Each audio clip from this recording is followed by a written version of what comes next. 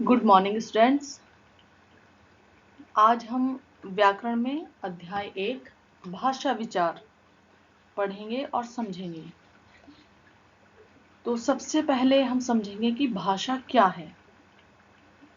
जो भी हम अपनी दैनिक जीवन में, रोजमर्रा के जीवन में विचार दूसरों तक, दूसरों के विचार अपने तक हम समझ पाए, एक दूसरे के भावों का, विचारों का आदान प्रदान जो हम करते हैं, वो क्या है? भाषा कहलाता है।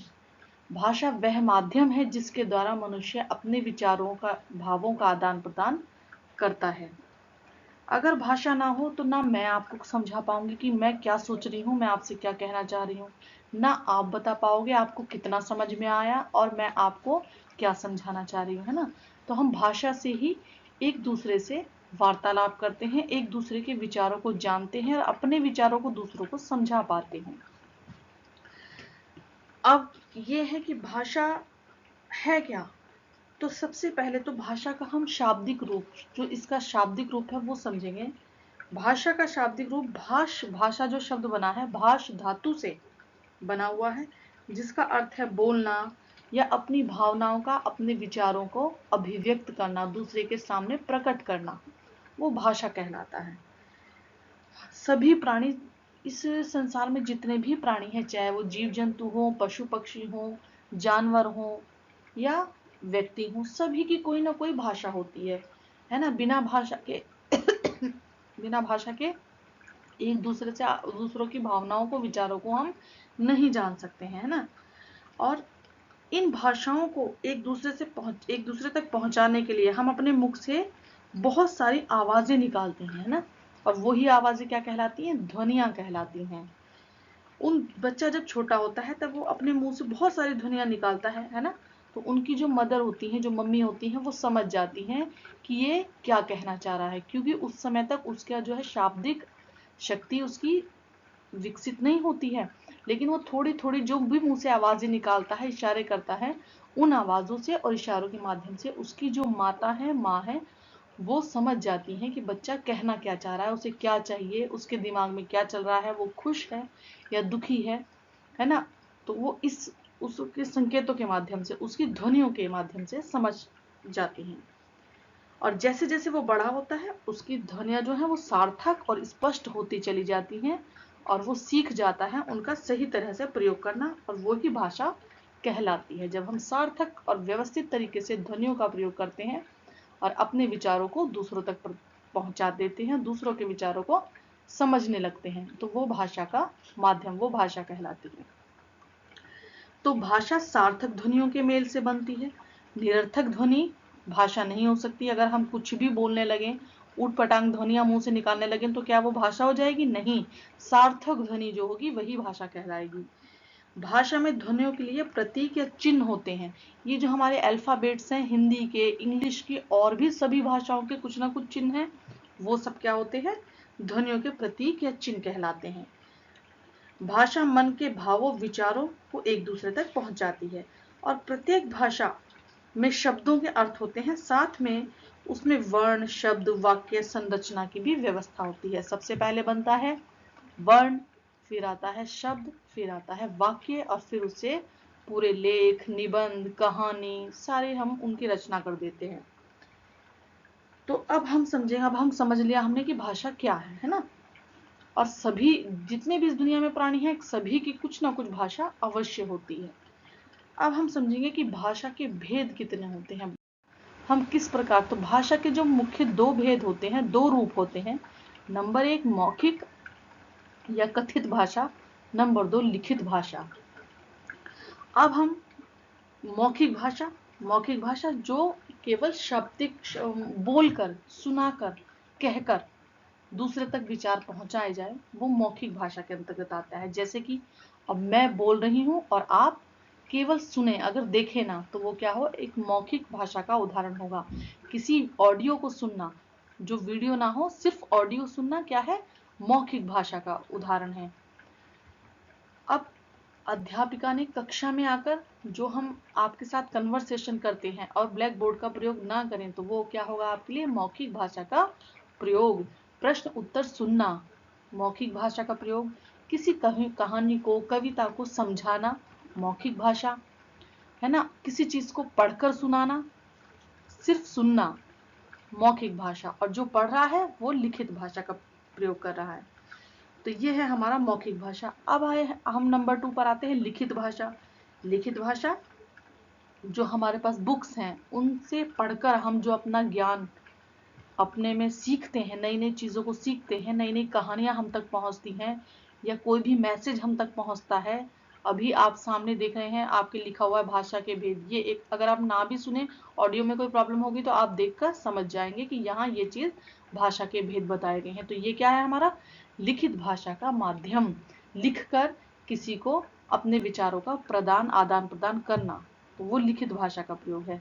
किताबें, समाचार पत्र, पत्रिकाएं, मैसेज, एसएमएस, आपके जो हम एसएमएस करते हैं व्हाट्सएप पर, ईमेल, ये सारे लिखित भाषा के उदाहरण हैं।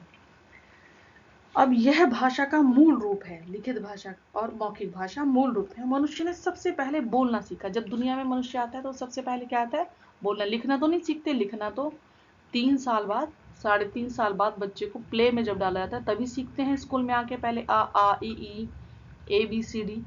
लेकिन उससे पहले क्या, उससे पहले वो बोलना नहीं सीखते बच्चे, उससे पहले भी वो बोलना सीख जाते हैं।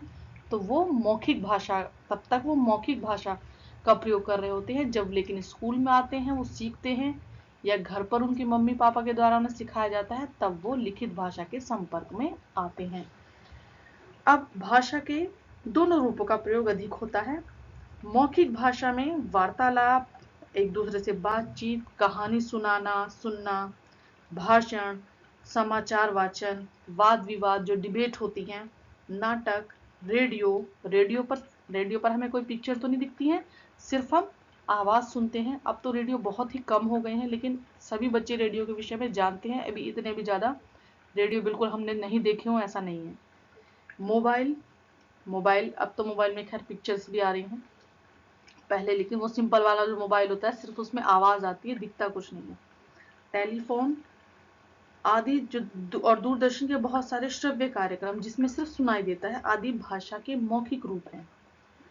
अब हम आएंगे, लिखित भाषा का जन्म मौखिक भाषा के बाद ही होता है ना। पहले तो बच्चा जब जन्म लेता है तभी उसके बाद ही उसके मुंह से कुछ ना कुछ तो ध्वनियां निकलनी शुरू हो जाती हैं। लिखित भाषा के कारण ही मनुष्य द्वारा अर्जित जानकारी को वह अपनी आने वाली पीढ़ियों को प्रदान कर सकता है। भाषा के 4 कौशल हैं, बोलना, सुनना, लिखना तथा पढ़ना, है ना। पहले हम बोलना सीखते हैं, फिर हम सुनते हैं, और फिर हम लिखना सीखते हैं, फिर हम पढ़ना सीखते हैं। समाचार पत्र, पत्रिकाएं, लेख, कहानी, संस्मरण, एसएमएस, ईमेल आदि लिखित भाषा के रूप होते हैं। अब हम देखेंगे कि भाषाएं कई प्रकार की हैं, है ना। ये देखिए, मातृभाषा किसे कहते हैं। सबसे पहले है कि मातृभाषा होती क्या है। मातृभाषा, मातृ प्लस भाषा। मातृभाषा माँ के द्वारा, जो माँ से हम सीखते हैं, माँ से हम बोलते हैं, जो माँ बोलती है और माँ से बच्चा सीखता है, वो भाषा हमारी मातृभाषा, परिवार से सीखी हुई भाषा को मातृभाषा कहते हैं। बालक का सर्वप्रथम परिचय जो होता है उसकी माँ से होता है, और जो वो परिवार के बीच में रहकर, माँ के साथ रहकर जो भाषा सीखता है, वही उसकी मातृभाषा होती है। मातृभाषा सबकी अलग अलग होती है। हम यहाँ रहते हैं, हमारी हिंदी मातृभाषा है। गुजरात में पैदा होने वाला बच्चा शुरू से अपनी माँ से गुजराती परिवार में संपर्क रहेगा तो गुजराती सीखेगा। तमिल वाले को तमिल उसकी मातृभाषा है। सेकंड नंबर पर आती है राष्ट्रभाषा ना, राष्ट्र की भाषा, जिस भाषा का प्रयोग देश के अधिकांश निवासियों द्वारा किया जाता है। अधिकांश लोग, ज्यादा से ज्यादा जनसंख्या, ज्यादा से ज्यादा लोग, अधिक से अधिक लोगों की संख्या जिस भाषा का प्रयोग करे वो राष्ट्रभाषा कहलाती है। और हिंदी का प्रयोग लगभग भारत में 70% लोग जो है हिंदी का प्रयोग करते हैं, है ना। तो इसलिए हमारी हिंदी को राष्ट्रभाषा का दर्जा मिला हुआ है। राजभाषा, राजकाज की भाषा जो हो वो राजभाषा कहलाती है, जिससे उस देश के कार्यालयों में जो राजसी कार्य, राजकीय कार्य किए जाते हैं, सरकारी कार्य किए जाते हैं, उसमें उसको राजभाषा कहलाते हैं। राजभाषा तथा राष्ट्रभाषा में अंतर है, इन्हें एक ना समझें। भारत में कार्यालय यानी सरकारी कामकाज के लिए हिंदी तथा अंग्रेजी दोनों भाषाओं का प्रयोग किया जाता है। 14 सितंबर 1949 को संविधान के अनुच्छेद 343 के अनुसार हिंदी को भारत की राजभाषा घोषित किया गया, इसलिए प्रतिवर्ष 14 सितंबर में हिंदी दिवस हम मनाते हैं। अब है संपर्क भाषा। संपर्क भाषा वो है जिससे लोग आपस में एक दूसरे से कनेक्ट होते हैं, एक दूसरे से संपर्क साधते हैं, एक दूसरे से आचार विचार का आदान प्रदान करते हैं। अब ये तो थी हमारी कुछ भाषाएं, और भारत की कुछ ऐसी भी भाषाएं हैं जिन्हें मान्यता प्राप्त भाषा, जिन्हें मान्यता मिली हुई है, और ये हमारे कुल मिलाकर भारतीय संविधान में 22 प्रादेशिक भाषाओं को मान्यता दी गई है। प्रादेशिक भाषाओं में अलग अलग प्रदेशों में बोली जाने वाली वहाँ की अपनी जो भाषाएं होती हैं वो प्रादेशिक भाषा कहलाती हैं, और ये इनकी कितनी भाषाएं हैं? 22 है, 22। हिंदी, असमिया, बांग्ला, गुजराती, बोडो, डोगरी, कन्नड़, कश्मीरी, कोंकणी, पंजाबी, उर्दू, मैथिली, मलयालम, मणिपुरी, मराठी, नेपाली, उड़िया, संस्कृत, तमिल, तेलुगु, संथाली तथा सिंधी।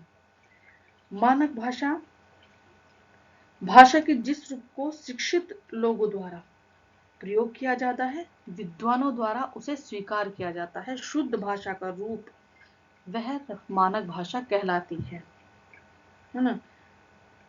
अब है अमानक और मानक, बहुत सारे हैं जो, और इसमें हमेशा थोड़े थोड़े संशोधन व परिवर्तन होते रहते हैं। हिंदी भाषा, हिंदी भारत की राष्ट्रभाषा है, राजभाषा है तथा संपर्क भाषा भी है। हिमाचल प्रदेश, उत्तर प्रदेश, उत्तराखंड, हरियाणा, दिल्ली, मध्य प्रदेश, छत्तीसगढ़, बिहार तथा झारखंड मुख्य हिंदी भाषी प्रदेश कहलाते हैं। और केंद्रीय हिंदी निदेशालय के अनुसार बहुत सारी मानक वर्तनियों में समय समय पर संशोधन होते रहते हैं। बहुत सारी मानक वर्तनियां चेंज हो जाती हैं, उनकी जगह पर नई मानक वर्तनी को स्थान मिलता रहता है। अब हम कुछ पढ़ेंगे हिंदी जगत की विशेष उपलब्धियां। तो 769 में 769 ईस्वी में पहले हिंदी साहित्य दोहा कोश की रचना की गई।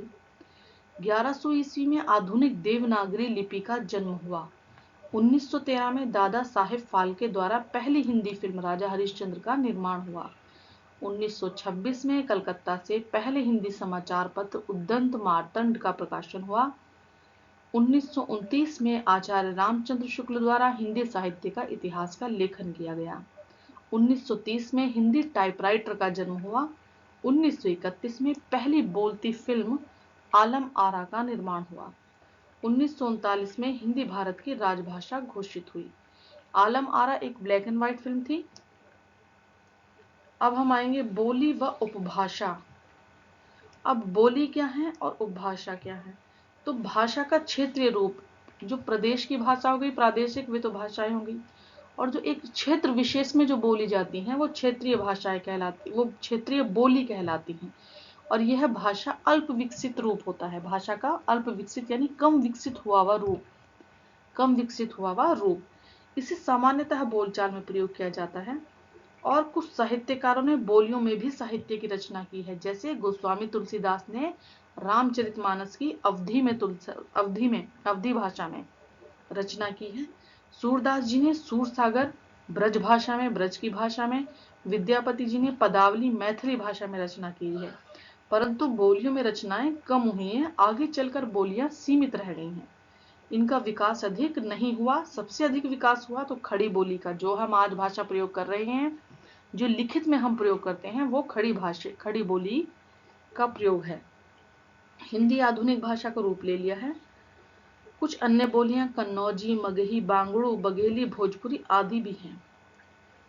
अब उपभाषा। उपभाषा बोली का क्षेत्र थोड़ा क्षेत्रीय भाषाओं से ये अधिक, इसका क्षेत्र व्यापक होता है, बड़ा होता है, तब वह उपभाषा बन जाती है। बोलियों में साहित्य की रचना प्राय नहीं होती, परंतु उपभाषा में साहित्य की रचना होती है। अवधी, ब्रज तथा राजस्थानी बोलियों में साहित्य की रचना हुई थी और इनका क्षेत्र भी बड़ा था, अतः ये उपभाषाएं बन गईं। राजस्थान की कई बोलियां हैं, जयपुरी, मेवाती, मारवाड़ी, मालवी। जब उपभाषा का क्षेत्र विस्तृत हो जाता है तब वह भाषा का रूप ले लेती हैं। हिंदी उपभाषाओं को 5 वर्गों में बांटा गया, इंपॉर्टेंट है। तो हिंदी भाषा की जो उपभाषाएं हैं 5 हैं। पश्चिमी हिंदी, इसमें 4 बोलियां आती हैं, ब्रजभाषा, हरियाणवी, बुंदेली और कन्नौजी। पूर्वी हिंदी, इसमें 3 बोलियां आती हैं, अवधी, बघेली, छत्तीसगढ़ी। राजस्थानी, इसमें 4 बोलियां आती हैं, मारवाड़ी, मेवाती, जयपुरी और मालवी। पहाड़ी हिंदी, गढ़वाली, कुमाऊनी, मागधी, मगही, भोजपुरी और अंगिका। अब है, ये तो थी भाषा, बोलियां और उपभाषाएं। अब आता है हमारा लिपि। लिपि क्या है? तो लिपि का जो हम ध्वनियों को बोलते हैं, जिन ध्वनियों को हम बोलते हैं, उन्हें लिखने की विधि, उनको लिखने का जो तरीका है वो क्या कहलाता है? लिपि कहलाता है। जो कुछ हम बोलते हैं उसे हम लिखेंगे कैसे? जब हम उन्हें लिखने के लिए कुछ चिन्हों का, कुछ आकारों का प्रयोग करते हैं तो वो हमारी लिपि कहलाती है। उन्हें लिखने का तरीका, उन्हें लिखने के लिए कुछ चिन्हों का प्रयोग, चिन्ह, साइन का प्रयोग, है ना। उसके लिए कुछ हम आकार निश्चित कर लेते हैं। जैसे आ से अनार हमने इस तरीके से बनाया तो एक चिन्ह हो गया कि हमें ऐसे अनार, आ से नाम जब भी कहीं आएगा तो हम इसका प्रयोग करेंगे, तो वो क्या कहलाता है? लिपि कहलाता है। ध्वनियों को लिखने की विधि या उनके चिन्ह बना लेने, उसे क्या कहलाता है? लिपि कहलाती है। लिखने की विधि लिपि कहलाती है। लिपि का सार्थक शाब्दिक अर्थ है लीपना, है ना। प्रत्येक भाषा की अपनी लिपि होती है। हिंदी भाषा की लिपि देवनागरी है। अब कुछ लिपियां दी हुई हैं, ध्यान से सुनेंगे। भाषा है मराठी और लिपि है इसकी देवनागरी। मराठी, कश्मीरी, कोंकणी, नेपाली, संताली, बोडो, इन सब की लिपि है देवनागरी। अंग्रेजी की रोमन है, जर्मन की रोमन है, फ्रांसीसी की रोमन है। उर्दू, फारसी, पंजाबी की गुरुमुखी और बांग्ला की बांग्ला। तो देवनागरी विश्व की एकमात्र वैज्ञानिक लिपि है। जो देवनागरी लिपि है वो वैज्ञानिक लिपि है। उसकी जो मानकता जो उसे प्रदान की गई है, उसकी वैज्ञानिकता के आधार पर उसे मानकता प्रदान की गई है। और वैज्ञानिकता क्यों मिली है? क्योंकि इसमें देवनागरी लिपि में प्रत्येक ध्वनि के लिए एक चिन्ह निर्धारित है। ऐसा नहीं है वही कि TO2 है, प्रोनाउंसिएशन का बहुत इंग्लिश में बड़ा गड़बड़ है। हिंदी में ऐसा नहीं है, जहाँ छोटी की मात्रा है वहाँ छोटी की मात्रा है। तुम, आप, बहुत सारी चीजें हैं, सब हर एक ध्वनि का अलग चिन्ह, अलग निर्धारित किया हुआ है ना। देवनागरी लिपि बाएं से दाईं ओर लिखी जाती है ना। और लिपि चिन्हों के नाम व ध्वनि में एक रूपता है। अंग्रेजी भाषा में वर्तनी की समस्या को सुलझाने के लिए देवनागरी पर आधारित देवग्रीप लिपि प्रस्तावित की गई है। अब इन हमारी जो देवनागरी लिपि है और भाषा जो है हमारी हिंदी, इसमें साहित्य का विशेष महत्व है। अब साहित्य क्या है? सबसे समझेंगे कि साहित्य क्या है। किसी भाषा के संचित ज्ञान कोश को साहित्य कहते हैं। किसी भी भाषा में जो इकट्ठा एकत्रित किया हुआ, उसमें जो व्यवस्थित रूप से जो भी ज्ञान की सामग्री है, जब वो इकट्ठी की जाती है उसको संभाल कर सहेज कर रखा जाता है। और व्याकरण में व्याकरण नहीं होता, साहित्य जब इसे अनुभव, ज्ञान और इन सारी चीजों का समावेश करके एक जगह संगठित किया जाता है तो वो साहित्य कहलाता है ना। इसमें ज्ञान, अनुभव की बातें निहित होती हैं। और साहित्य 2 प्रकार का होता है, गद्य साहित्य, पद्य साहित्य। अब गद्य साहित्य बोलचाल की भाषा होता है, विचार व्यक्त किए जाते हैं, तुकबंदी, लय का अभाव होता है। तुकबंदी लय किसमें होती है? वो पद्य में होती है। पद्य यानी कविता, गीत, है ना। और गद्य कहानी, लेख, इसमें इसकी बहुत सारी विधाएं हैं। विधाएं यानी बहुत सारे प्रकार कह सकते हो आप। जैसे गद्य में पत्र है, निबंध है, लेख हैं, कहानियां हैं, संस्मरण है, नाटक आप देखते हो, उपन्यास, जीवनी। कुछ साहित्यकार, बहुत बड़े बड़े साहित्यकार हुए हैं। मुंशी प्रेमचंद जो कहानीकार हैं और बहुत बड़े उपन्यासकार हुए हैं। निबंध में भी इन्हें बहुत ख्याति मिली। जयशंकर प्रसाद जो छायावाद के स्तंभ रहे हैं। मनु भंडारी, महादेवी वर्मा छायावादी स्तंभ है। आचार्य चतुर्सेन शास्त्री। ये तो कुछ हैं, और भी बहुत सारे बहुत बड़े बड़े साहित्यकार हुए हैं। अब आएंगे हम पद्य साहित्य पर। पद्य साहित्य में तुकबंदी विचार जो है तुकबंदी से लय के द्वारा व्यक्त करे जाते हैं। उसमें जो भी विचार है, जो भी हमें कहने हैं, वो सब एक कविता के माध्यम से, गीतों के माध्यम से गयात्मकता होती है। गयात्मकता यानी लयबद्धता, है ना। वो कविता के रूप में हम जब कोई अपनी बात कहते हैं तो वो पद्य साहित्य के अंतर्गत आता है, तब वह पद्य साहित्य कहलाता है। अब पद्य साहित्य में कि बहुत सारे तरीके हैं पद्य लिखने के। दोहा, छंद, कविता, साखी, गीत और पद, ये पद्य साहित्य। और पद्य के बहुत सारे कवि हुए हैं, जिनमें प्रमुख हैं कबीरदास, तुलसीदास, जयशंकर प्रसाद, हरिवंश राय बच्चन, रामधारी सिंह दिनकर। ये था हमारा हिंदी साहित्य। अब आता है हमारा हिंदी व्याकरण। अब व्याकरण क्या है? वर्णों के व्यवस्थित मेल से शब्द, शब्दों के व्यवस्थित मेल से वाक्य तथा वाक्यों के व्यवस्थित मेल से भाषा का निर्माण होता है। यदि ये व्यवस्थित ना हो तो भाषा क्या है? अर्थपूर्ण नहीं होगी और वो अपना महत्व नहीं रखेगी, वह अपना महत्व खो देगी। किस वर्ण शब्दता का प्रयोग, वाक्य का प्रयोग कहाँ करना है, कैसे करना है, कब करना है, क्या गलत है, क्या सही है, यह हमें व्याकरण से पता लगता है। अगर व्याकरण ना हो तो भाषा क्या है? बिल्कुल अव्यवस्थित घर की तरह फैली हुई, बिखरी हुई दिखेगी, है ना। तो व्याकरण वह है, एक ऐसा मैनेजर है जो घर को, जैसे घर हम व्यवस्थित करते हैं तो सुंदर लगता है, इसी तरह से भाषा को व्यवस्थित और क्रमबद्ध तरीके से व्याकरण उसे सुसज्जित करता है। व्याकरण वह शास्त्र है जो भाषा के शुद्ध रूप व प्रयोग का हमें ज्ञान करना सिखाता है ना। शुद्ध रूप, उसके शुद्ध रूप का, कहीं भी कुछ नहीं, कहाँ पर का लगाना है, कहाँ पर की, कौन स्त्रीलिंग है, कौन पुल्लिंग है, कौन एक वचन है, कोई बहुवचन है, किसके साथ हमें कहाँ किस चीज का प्रयोग करना है, इसका ज्ञान हमें व्याकरण से होता है। शुद्ध रूप का, भाषा के शुद्ध रूप का ज्ञान और प्रयोग व्याकरण के द्वारा होता है। और व्याकरण के अंग हैं वर्ण विचार, शब्द विचार, वाक्य विचार। और वर्ण विचार चैप्टर 2 वो मैं आपको करा चुकी हूँ। ये आपका आज ये वाला चैप्टर हमने आज एक्सप्लेन किया। इसके कुछ मेन पॉइंट्स आप जो नोट कर सकते हैं कि जैसे कि भाषा क्या है और भाषा के प्रकार।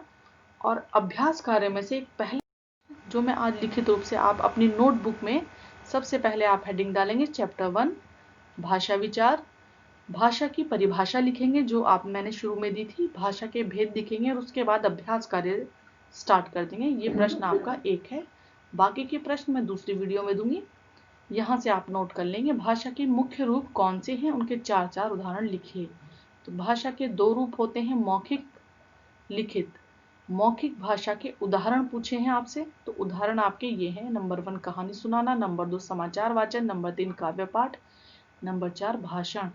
नंबर 2 लिखित भाषा के उदाहरण। लिखित भाषा के कौन कौन से उदाहरण हैं? पत्र लिखना, समाचार पत्र पढ़ना, किताबें पढ़ना, ईमेल SMS भेजना।